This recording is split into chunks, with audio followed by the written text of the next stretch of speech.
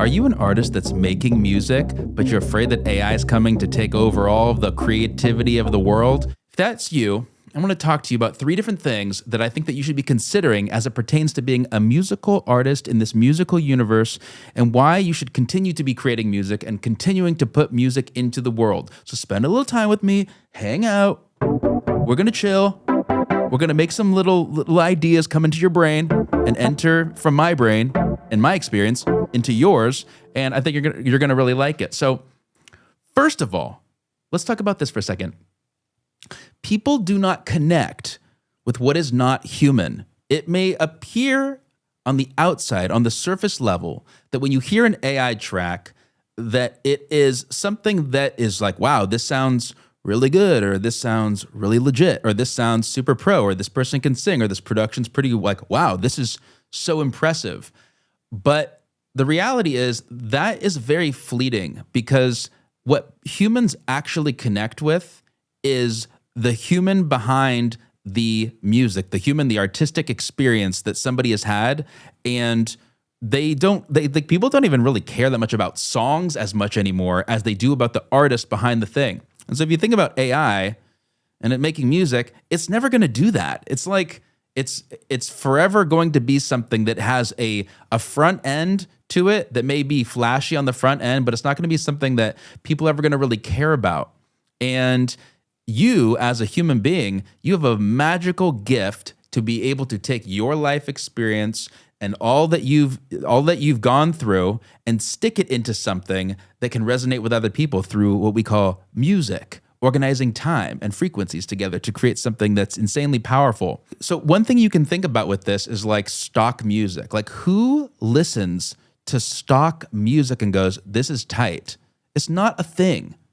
It's not a thing, because it's void of all of the, I mean, I guess it is music, but it's like kind of void of all of the personality and all of the you-ness that you can stick into something. Like, the more that you put you into the music, your unique experience, your unique perspective, your unique melodies, and your unique sonics, the more that stuff is just like, it's not replaceable. It's not replaceable from a stupid computer. I mean, computers are pretty cool, actually. I love computers. I actually love a lot of things about all this stuff, but it doesn't matter. It's you. You are the one that can put you into the music. And when you do that, it just connects in a way that is, I don't think words can actually even describe. I could sit here all day and talk about music. I mean, I guess I could play a little something, but music is something that is not even understood with words. It's understood with the, like, how do you describe what this? The emotion of, you can say, oh, it's a sus chord. Get out of here. I guess it feels like a lift, but it's like, people will resonate with you as an individual less than the product that is created. And the more that you can lean into that, the more that you can continually create and lean into yourself. Like, the thing that's not replaceable is you. It is you. You are the thing that is not replaceable. Yes, there's going to be stock music that will sit in cafes, probably some lame cafe in the middle of nowhere, that's going to play some stock AI music type of thing. Whatever. And there's probably actually will be hit songs made out of from AI stuff too. I don't even know what a hit's going to be considered. I don't even know what a hit is now. But know that really at the heart of it, human beings are connecting much more with humans behind the music. And of course, having your music be awesome at the same time. Those are great things mixed together. But you being a human is what matters the most. And just a general way to look at music, songs, creations, is the value comes from the lived experience. AI ain't living no life. So I would say, if you're wondering about that, know that you have a human experience, you have a life experience that is worth communicating through your art, through your creative endeavors. And AI is never going to have that. It's never going to have it. It doesn't even matter if it's like Westworld style robots going around. It's never going to have a human experience. So only other humans are going to relate to the thing that you're creating, because you're a human. Actually, you're probably AI scanning this video, but you are human, right?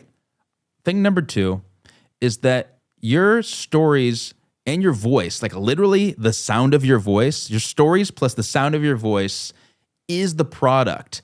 That is the actual thing that is going to be always hard for you to get a perspective on as an artist, because you are you in your physical apparatus, in your human skeleton, organic meat body.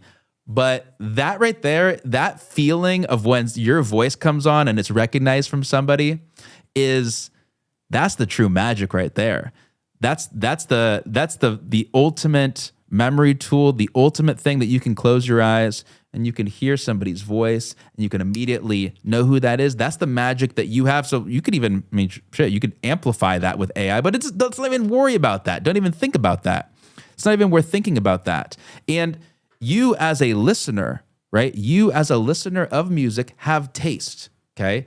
You listen to things and you know what you like, don't you? Yes, you do. You know what you like. And because you know what you like, that is the skill that's really a beautiful one to develop, because when you know what you like, you can find those things within your own music if you know what to look for. And so your own musical taste is the actual guide. Think of someone like Rick Rubin or something. Like, I don't even know if Rick Rubin knows how to play an instrument. I did hear that he plays guitar on one thing, but like, if you look at any Rick Rubin interview, it would seem that man just is a vibe guy. He's just like, do I like it or do I not like it? And that can resonate with people. It also cannot resonate with people, but it's just his opinion and his taste, and he can express it with words and like floaty words or not floaty words. It don't really matter. It's his taste. People trust his taste. You have taste, okay? It may be taste that resonates with a lot of people. It may be taste that only resonates, most likely resonates with other people. Figuring out how to understand your taste is an incredible skill set to develop. And you know what you like when you eat food. You know, oh, I like this type of thing. I like this type of music. I like this sound. I like this feeling. All of those things are really the non-replaceable aspect of you. If you don't have taste with anything, if you don't really care what music sounds like, then you're probably not watching this video anyways. I highly doubt that you'd be watching this video if you didn't have taste, because, come on, here we are, you and me, you know what I'm saying? Your perspective on the world is what gives something meaning. It's not the mix. Sorry, favorite mix engineers of the world. We love you. But the thing that really gives it the meaning is you. It's not a matter of the balance of the sounds and the thing being panned over here and this frequency being scooped. It's your perspective. Your perspective and your point of view is truly the magic that you bring to the table. And so you don't have to worry about AI having a point of view, because I'm telling you, it doesn't have one. And so we're in this weird moment right now where there's a lot of uncertainty around kind of everything. Am I wrong? Am I right or am I wrong? I think I'm right on that. There's an immense amount of uncertainty. But one thing that you can be absolutely certain about is that your unique perspective is uniquely yours, and nobody can take that away from you. I don't give a shit. I remember, man, I have some crazy stories, but man, that may be the only thing that I do know, is that my point of view is the one thing that, well, maybe it's shaped by different things. Maybe it has influence from certain things, but the accumulation of all that together is what makes you actually you. It's not your meat sack. It's not your meat sack that you're in.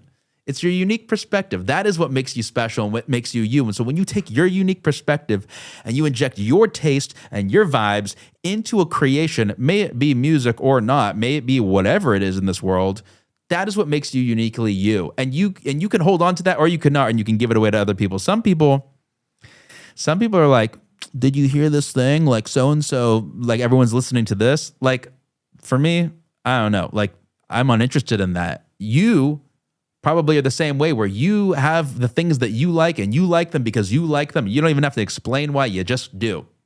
And that's the thing to hold on to. Fans of your art connect with the growth of you, not being perfect, okay? It's not about being perfect. You might listen to some AI bullshit that sounds perfect, but it won't resonate with anybody. It's so much more interesting to watch an artist develop through time, and to watch the growth and to watch the exploration and watch them take the chances where they're going to do something people are not going to like. I was just listening to the 1975 earlier in my car. They're a band. You may have heard of them. You may not have. I was listening to one of their songs called The Sound. I'm like, damn, what a banger. I'm like, oh, cool. The drummer produced this. He produced all of Charlie XCX's, or a lot of her music too, recent music. And I was I'm like, what's this song that has almost 1 billion streams? Their second most played song of all their music was something I had never heard before, and it sounded so different from anything that they'd ever put out. And I was like, that's so interesting. The chances that they have taken and the places that they have explored as a band are not what I would expect. And in doing so, you isolate a lot of people from doing that by taking these chances, but it's so fun. To create something that you've never created before is the magic. That is why we do it, is because it is so fun to explore creatively in things that you have not done. Like, you don't want to be some band that's just playing at a bar with the same damn instruments for like 25 years, just doing covers of stuff. I mean, like, hey, do your thing if you're like vibing on that. But if you're an artist and you're looking to create something and you're looking to creatively explore the depths of your awareness and to put something into the world that is exploring feelings and stories and sonics that have not been explored within you, hey, you and me, you're my people. And you are the people of the people. That's where all of the interesting stuff happens. The third thing I want to talk about is that I really think when it comes to creating, it's more about the process than it is of the outcome anyways, because let's be real, most music is not even released. Most music is just living in maybe your brain, and it's just living in the computers and the hard drives, just collecting digital dust. And that's sad, right? That needs to be changed. But then think of how much music exists that you're not even hearing. There's like about 120,000 songs released every single day on Spotify. So what's the point? What's the point of anything? Well, the point is the process. The point is the process. The point is to create for the sake of creating, because creating is so awesome. And the sake of putting music into the world matters because there's completion. There's no guessing to what if. When you create something and you put it into the world and you release it and you allow others to listen to it, or even a few people listen to it, there's nothing more satisfying than doing that. That is the game. That is what we're here to do. We are creator beings. You are a creator being. That's what you were put on this planet to do. That's why you came into this body. It was to create and to release and let go. Releasing is actually more like letting go, like getting it out of your little getting off your little greasy little fingers and getting it into the world to allow others to experience your art. As Steve Jobs has beautifully said, R.I.P. real artists ship. Okay. And the act of creating and shipping, I mean, it's such a beautiful process. It's like, I understand that it can be scary for individuals to do so, but when you do anything a lot, you get used to it and you get comfortable with it. And the process of creating music is so epic. It is something that is worth prioritizing in your life, the whole entire process of it. And you should be doing that on a consistent basis. And the truth is that momentum is the thing that makes the skill improve of creating. So when you are creating consistently, your skills will naturally improve because you are creating. The more that it's like something that's inside of your head, you're like, oh, I'm not ready to do this, or I'm not going to make time for it. You can always make time, because it's not a matter of having time or not having time. It's a matter of making time, because let's be real, we all have the same amount of hours in the day. So it's just a matter of how you prioritize them. There's a lot of things that people prioritize in their life, but creating momentum is the way that you develop the skill to improve your music so it sounds more and more epic, and then you can release more songs and do all of the great things that you want to do with your music. And to be real, the thing that kills artists way faster than crappy music is not working on music at all, or not putting music out at all. That is the thing that actually kills artists faster than anything else. I've had times in my life of being in complete flow of putting out music, and other times not. And my dad was somebody that his music never even got released into the world, which is so, I have his music. I am releasing it into the world, but he didn't get to see that. At that time when he was doing his music, though, there wasn't such an accessibility to being able to put music out. Now there's no excuses. It's really just the individual having an excuse. Maybe that's you, maybe that's not you, to put your music into the world. And that's a skill that can be developed as well. The thing that makes an artist fade faster than anything is simply not putting the music into the world. And so I want to encourage you to be somebody that is doing that. And I would recommend coming to my Release Your Song Challenge, which is an event that I'm doing to help you actually get your music from being half finished or on your hard drive and actually into the world.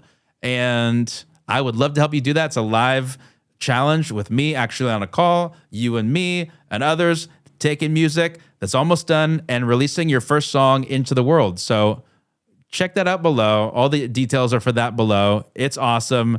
And let's turn you into a real artist that actually ships. I've helped people release their music and ship music for over 25 years and all different types of projects. It's what I do best. It's what I love to do. And this was fun hanging out on this episode, and I'm going to talk to you soon. I will see you next time.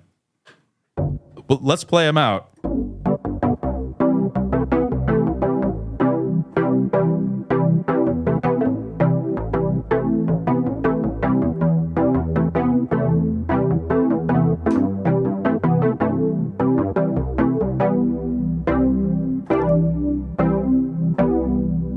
See you at the challenge.